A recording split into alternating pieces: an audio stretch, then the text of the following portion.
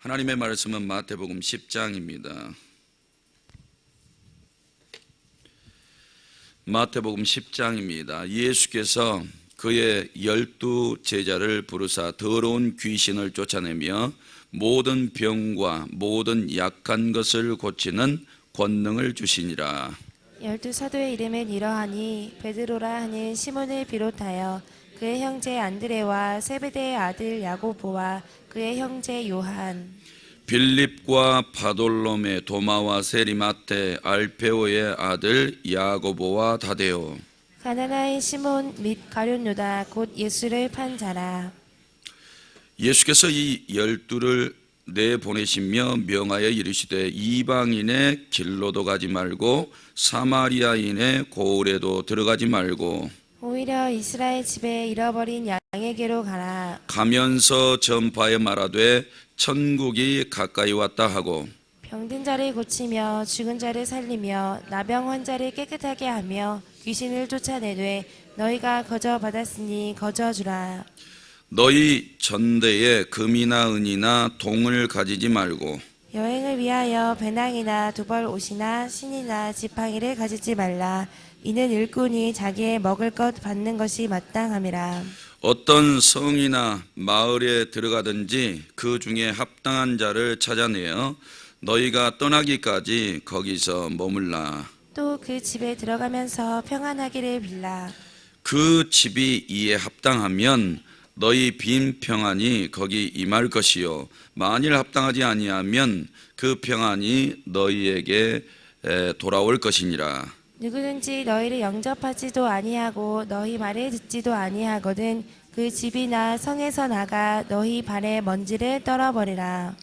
내가 진실로 너희에게 이르노니 심판날에 소돔과 고모라 땅이 그 성보다 견디기 쉬우리라. 보라, 내가 너희를 보냄이 양을 이리 가운데로 보낸가 같도다. 그러므로 너희는 뱀같이 지혜롭고 비둘기같이 순결하라. 사람들을 삼가라. 그들이 너희를 공회에 넘겨주겠고 그들의 회당에서 채찍질하리라. 또 너희가 나로 말미암아 총독들과 임금들 앞에 끌려가리니 이는 그들과 이방인들에게 증거가 되게 하려 하심이라. 너희를 넘겨줄 때에 어떻게 또는 무엇을 말할까 염려하지 말라. 그때에 너희에게 할 말을 주시리니 말하는 이는 너희가 아니라 너희 속에서 말씀하시는 이 곧 너희 아버지의 성령이시니라. 장차 형제가 형제를 아버지가 자식을 죽는 데에 내주며 자식들이 부모를 대적하여 죽게 하리라. 또 너희가 내 이름으로 말미암아 모든 사람에게 미움을 받을 것이나 끝까지 견디는 자는 구원을 얻으리라. 이 동네에서 너희를 박해하거든 저 동네로 피하라. 내가 진실로 너희에게 이르노니 이스라엘의 모든 동네를 다 다니지 못하여서 인자가 오리라. 제자가 그 선생보다 또는 종이 그 상전보다 높지 못하나니 제자가 그 선생 같고 종이 그 상전 같으면 조카도다. 집주인을 바알세불이라 하였거든 하물며 그 집 사람들이랴. 그런즉 그들을 두려워하지 말라. 감추인 것이 드러나지 않을 것이 없고 숨은 것이 알려지지 않을 것이 없느니라. 내가 너희에게 어두운 데서 이르는 것을 광명한 데서 말하며 너희가 귓속말로 듣는 것을 집 위에서 전파하라. 몸은 죽여도 영혼은 능히 죽이지 못하는 자들을 두려워하지 말고 오직 몸과 영혼을 능히 지옥에 멸하실 수 있는 이를 두려워하라. 참새 2마리가 한 아사리온에 팔리지 않느냐. 그러나 너희 아버지께서 허락하지 아니하시면 그 하나도 땅에 떨어지지 아니하리라. 너희에게는 머리털까지 다 세신 바 되었나니 두려워하지 말라. 너희는 많은 참새보다 귀하니라. 누구든지 사람 앞에서 나를 시인하면 나도 하늘에 계신 내 아버지 앞에서 그를 시인할 것이요. 누구든지 사람 앞에서 나를 부인하면 나도 하늘에 계신 내 아버지 앞에서 그를 부인하리라. 내가 세상에 화평을 주러 온 줄로 생각하지 말라. 화평이 아니요 검을 주러 왔노라. 내가 온 것은 사람이 그 아버지와 딸이 어머니와 며느리가 시어머니와 불화하게 하려 함이니 사람의 원수가 자기 집안 식구리라. 아버지나 어머니를 나보다 더 사랑하는 자는 내게 합당하지 아니하고 아들이나 딸을 나보다 더 사랑하는 자도 내게 합당하지 아니하며 또 자기 십자가를 지고 나를 따르지 않는 자도 내게 합당하지 아니하리라. 자기 목숨을 얻는 자는 잃을 것이요 나를 위하여 자기 목숨을 잃는 자는 얻으리라. 너희를 영접하는 자는 나를 영접하는 것이요 나를 영접하는 자는 나를 보내신 이를 영접하는 것이니라. 선지자의 이름으로 선지자를 영접하는 자는 선지자의 상을 받을 것이요 의인의 이름으로 의인을 영접하는 자는 의인의 상을 받을 것이요 또 누구든지 제자의 이름으로 이 작은 자 중 하나에게 냉수 한 그릇이라도 주는 자는 내가 진실로 너희에게 이르노니 그 사람이 결단코 상을 잃지 아니하리라 하시니라. 아멘. 이렇게 고백하시겠습니다. 하나님 사랑합니다. 하나님 사랑합니다. 이 새벽에도 기도하는 성도들에게 은혜와 복 주시기를 주님의 이름으로 축복합니다. 오늘 본문 1절에서 4절은 12제자의 이름을 기록하고 있고 5절에서 23절은 제자들에게 복음 전파의 사명을 주시고 24절에서 33절까지는 복음 전파에 대한 하나님의 도우심과 섭리에 대해서 말씀하고 34절에서 39절은 복음과 세상이 대립하게 될 거라 말씀하고 또 40절에서 42절은 복음을 영접하는 자의 복이 있다 이렇게 말씀합니다. 10장 1절 내용에 보니까 12제자를 부르십니다. 성경에 보면 제자들이 70인 제자도 나오고 예수님께서 승천하셔서 승천하실 때 약 한 500명 정도 모이지 않았나. 마가의 다락방에서 모인 수가 그 정도 되니까. 그러니까 예수님께서 3년 사역하신 동안 점점점 하나님의 사람들이 많아진 거죠. 따르는 사람들이 많아진 겁니다. 적어도 성령 충만 받았던 120명 정도까지는 그래도 죽기를 불사하고 이 땅에다가 우리가 소망을 둘 일은 아니다. 이렇게 우리 눈에 보이는 가운데 예수님께서 구름을 타고 하나님 나라에 올라가셨잖아요. 그리고 땅에 안 떨어지셨잖아요. 이렇게 올라가신 게 확실하고 또 약속도 주셨는데 우리가 이 땅에다가 소망을 두면 무슨 의미가 있을까? 그분이 분명히 내가 간다 아버지 있는 곳으로 그리고 그곳에 가서 너희를 위하여 거처를 다 예비하고 다 예비하면 내가 너희에게 다시 와서 나 있는 곳에 너희도 있게 하리라. 예수님이 다 말씀하셨어요. 그렇기 때문에 이것을 믿는 사람들은 땅에다가 소망을 두지 않는 거죠. 예수님이 이제 눈에 안 보이시지만 분명히 약속하신 대로 세상 끝날까지 내가 너희와 항상 함께하리라. 이렇게도 약속하셨기 때문에 이제 뭐 망설일 필요가 없는 겁니다. 그런데 이제 예수님을 못 만난 사람들, 성경으로 이렇게 하나님을 알아가죠. 근데 내가 인격적으로 못 만났어요. 못 만났으면 불안할 겁니다. 하나님께 내 인생 맡기기가 참 어려울 거예요. 그런데 맡긴 사람들은 입장이 좀 틀립니다. 내가 분명히 만났기 때문에 의심할 필요도 없고 내가 믿음이 부족해서 문제인 거지 하나님 따라가는데 내가 하나님을 의심할 그럴 필요가 없는 거예요. 하나님께서 이미 나를 만나주셨기 때문에 더 이상 뒤돌아보지 않습니다. 그렇기 때문에 우리 성도님들도 아직까지 영적 체험이 없으신 분들 아직까지 음성을 듣지 못하고 내 10년 가운데 거듭남도 없고 또 성령의 부어주심도 없고 또 이렇게 오랫동안 교회를 다녀도 확신도 없고 이러신 분들은 계속해서 기도하셔야 돼요. 기도하시면 하나님께서 틀림없이 찾아오십니다. 저는 이렇게 17살 때부터 서울로 올라와서 교회를 다니는데 그때 부흥 강사 목사님들을 많이 초대를 했고 기도원에도 이제 가기를 시작했기 때문에 간증들을 많이 듣게 됐죠. 간증들을 많이 듣게 됐는데 들어보니까 다 하나님을 만나신 거예요. 하나님을 만나는데 나는 못 만난 거죠. 못 만난 거예요. 만나고는 싶은데 어떻게 만나야 될지를 모르는 거예요. 만나달라고 부르짖는데 안 만나주시는 거예요. 그러다 보니까 그때 당시에 얼마나 갈급증이 많았는지 몰라요. 내 인생 갈수록 어려워져 가는 것 같고 돕는 사람은 없는 것 같은데 거기다가 하나님까지 살아계신다면 이럴 수는 없지. 이 정도로 좀 구했으면 만나주셔야 되는 거 아닌가. 이런 생각들이 갈수록 깊어지는 거예요. 나는 아닌가 보다. 저도 똑같이 생각했어요. 다른 사람 다 만나줘도 나는 안 만나주시는가 보다. 도대체 나는. 그랬는데 하나님께서 이제 멘토를 보내주신 거죠.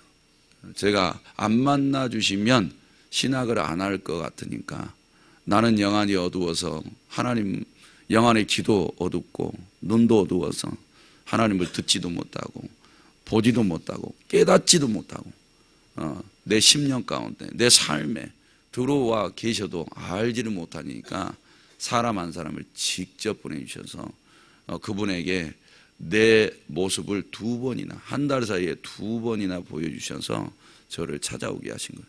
우리 교회 성도도 아닌데 저를 찾아오셔서 만나주셔가지고 그때부터 이제 신기한 일들을 경험하게 된 거죠.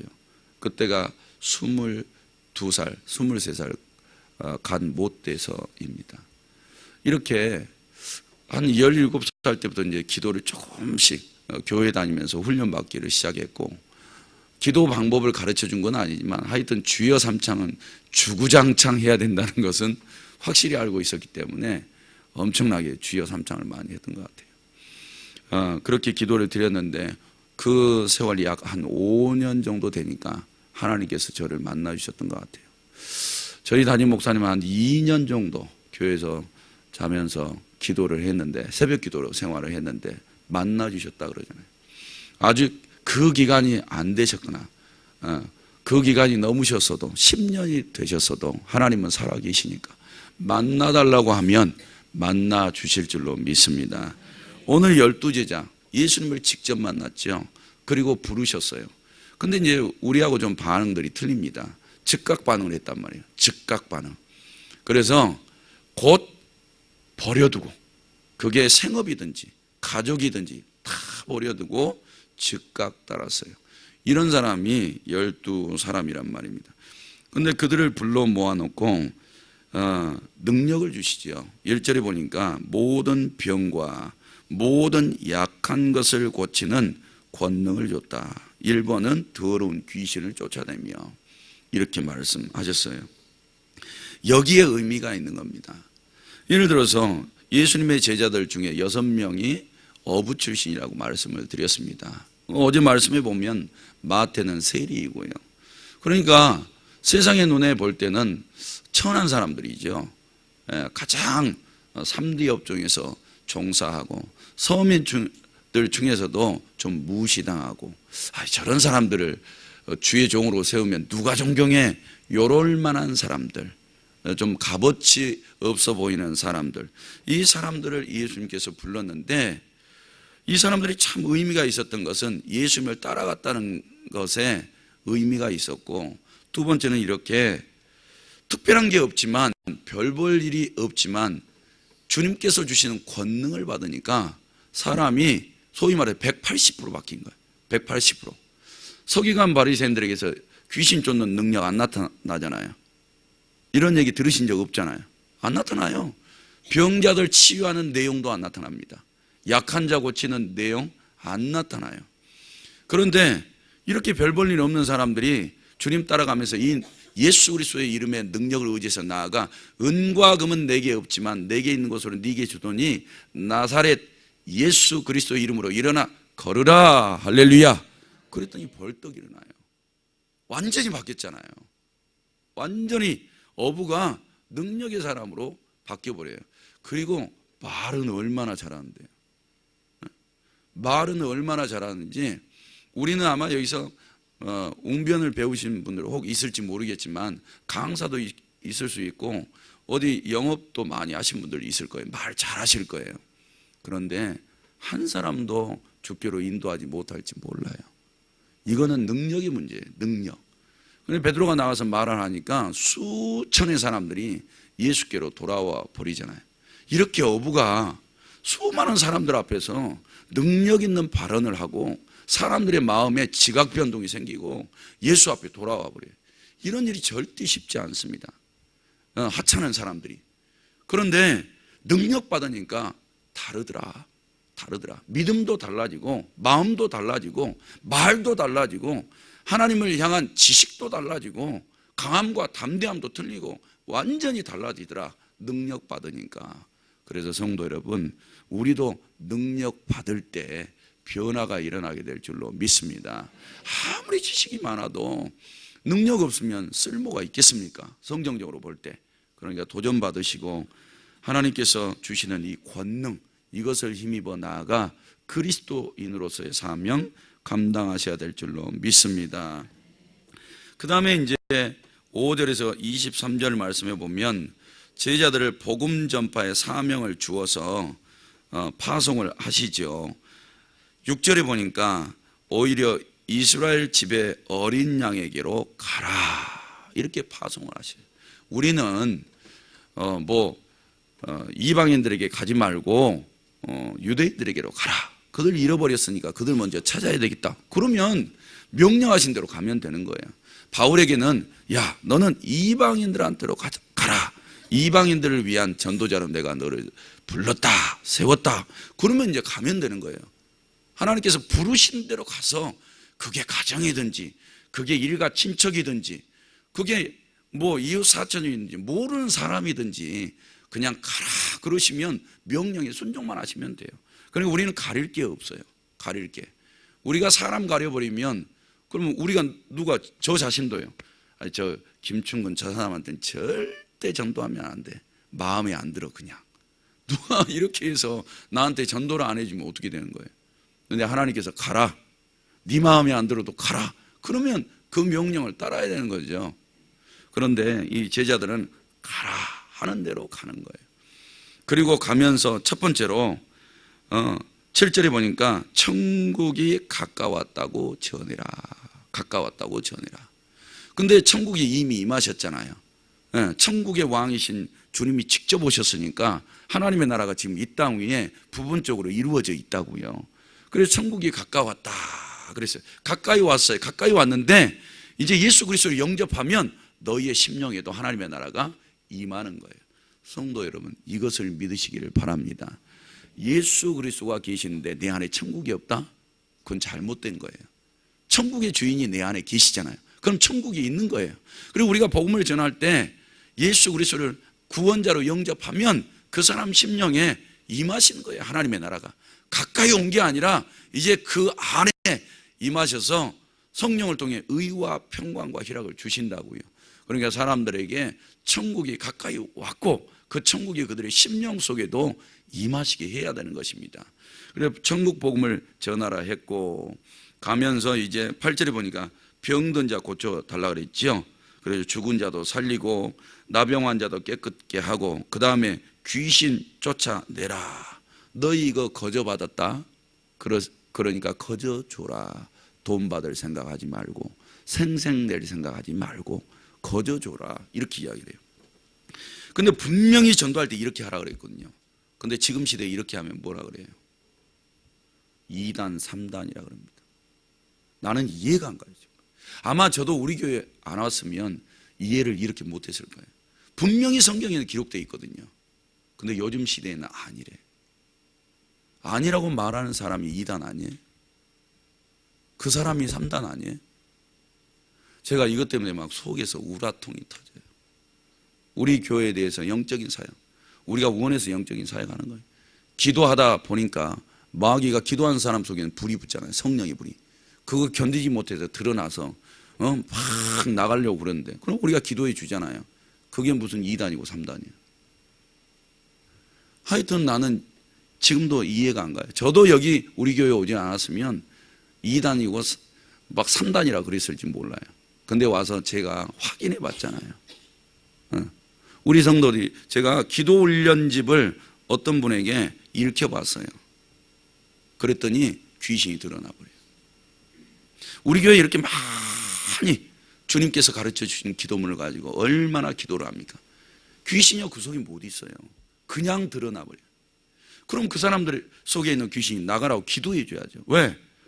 영적인 질병이 얼마나 고통스러운데요. 아니 뭐 육신의 질병은 병원에 가서 고치기라도 하지. 영적인 질병은요 너무너무 고질적이에요. 이거 언제 나갈지도 몰라요. 바로 나갈지 1년 후에 나갈지 이건 알 수가 없어요. 하나님의 능력으로 역사해 주셔야 가능한 일들이에요. 근데 영적인 질병을 가진 사람들을 보니까 막 힘써 기도하는데요 잘 안 나가. 막 목에서 피까지 토하는데도 잘 안 나가. 이런 분들을 보고 왜 기도를 안 해줘요? 기도를 해드려야죠. 그래서 우리 성도들은 분명히 기록되어 있어요. 권능을 주신 거예요. 그러니까 우리 교회 전도대원들은 이런 권능을 믿으시기를 바랍니다. 이런 권능을 받고 나가셔서 병자들도 고침받는 기적이 일어나셔야 될 줄로 믿습니다. 그 다음에 귀신도 물리치셔야 돼요. 귀신이 지옥 끌고 가고 있는데 귀신의 존재에 대해서 부정하고 그 다음에 싸우지도 않고 분명히 대적하라 그랬거든요. 물리치라 그랬거든요. 그런데 안 해. 네. 성도, 우리 교회 성도들 이거 다 하셔야 돼요. 다 하셔야 되고 쫓아내셔야 돼요. 네. 대가 바라지 말고 이 일에 헌신을 다 하셔야 돼요. 그러면 이 사역을 하다 보니까요 온갖 귀신이 다 들어와요. 다 드러나요. 성도님 우리 몸속에 얼마나 더러운 것들 많이 들어와요. 그래서 더러운 귀신이라고 그랬잖아요. 더러운 귀신 진짜 많이 들어오거든요. 근데 저도 이 더러운 귀신이 들어와서 설교해봐요. 그 설교가 얼마나 더럽겠어요. 이걸 가지고 복음을 한번 전해보라고요. 얼마나 더럽겠느냐고. 그러니까 우리는 날마다 싸워야 되는 거죠. 집안 한번 봐보세요. 귀신이 들어와 있는데 집안 방 청소한다고 그게 깨끗해져요? 영적으로? 그러니까 우리는 이 귀신하고 안 싸울 수 없어요. 그네들은 우리가 죽어도 항상 존재해요. 예수님이 재림지로 오셔서 세상 마지막 심판하시기 전까지는 그들은 안 사라져요. 죽지도 않아요. 예를 들어서 지옥에 떨어지든지 무저경 속에 갇힐 뿐이지 죽음이 없어요. 그들에게는. 성도 여러분, 그러니 우리는 이런 세력들과 날마다 싸워 승리하시고 물리쳐 이기셔야 될 줄로 믿습니다. 근데 복음을 전할 때 염려하지 말 것도 있대요. 뭐냐면 전대 챙기지 말아라. 거기다 금은동 담고 다니지 말아라. 그 다음에 10절에 배낭이나 두보로 챙기지 말아라. 이유가 이거예요. 10절 하반절에 일꾼이 자기 먹는 것 받는 것이 마땅하다 그랬어요. 그러니까 너희가 어느 곳에 전도하러 들어가든지 11절에 그 중에 합당한 자를 찾아내어 너희가 떠나기까지 거기 머물라. 복음을 영접하는 사람을 하나님이 다 예비해 두시는 거죠. 그래서 그 집에 떠나기까지 머물고 그 집에서 너희들 대접해 주면 그 집에다가 평안을 빌어주라. 평안과 복을 이제 빌어줘야 되는 거죠. 그러면 너희 평안이 그 집에 임하겠다는 거예요. 하나님이 그 집에 복 주겠다는 거예요. 성도 여러분, 전도자들은 복주로 다니는 거예요. 천국이 가까이 왔고 그들 속에 천국이 임하도록 이런 사역을 해주는데 우리가 나가서 뭐 빌어먹게 하겠습니까? 하나님이. 금은동 하나도 필요 없어요. 두벌옷 옷 여기 적어놨죠. 두벌옷은 옛날 부자들이요 생색내려고 속옷을 2개씩 껴입고 다녔대요. 그러니까 은근슬쩍 속옷 보여주는 거야. 이렇게 나 부자야 이럴 필요도 없대요. 그러니까 의식주 문제 걱정하지 말래요. 그거 어디 전도하러 다니면서 막 지갑 두껍게 하고 다닐 필요도 없다는 거예요. 하나님이 다 책임져 주시겠다는 거예요. 믿으시기를 바랍니다. 그런데 거절당할 때 발에 먼지 탁탁 털어버리면 된다 그랬고, 그러면서도 복음 전도하다 보면 너희 미워하는 사람 생길 거라는 거예요.